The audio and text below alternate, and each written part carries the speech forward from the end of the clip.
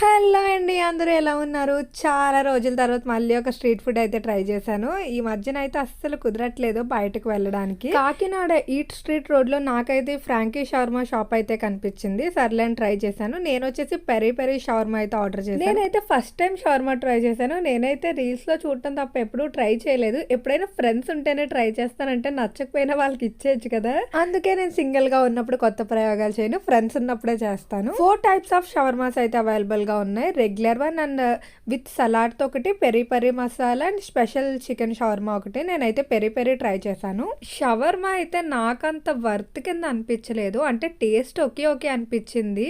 నాకు chicken pieces తక్కువగా వేశారేమో అనిపించింది.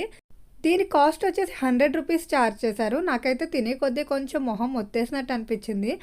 అప్పుడే అనిపించింది ఇదేనేమో రీల్స్ చూసి ఇన్‌ఫ్లుయెన్స్ అవ్వడం అంటే. రీల్స్‌లో ఏదేదో అనుకున్నాం కానీ రియాలిటీలో అంతలా అనిపించలేదు. ప్లీజ్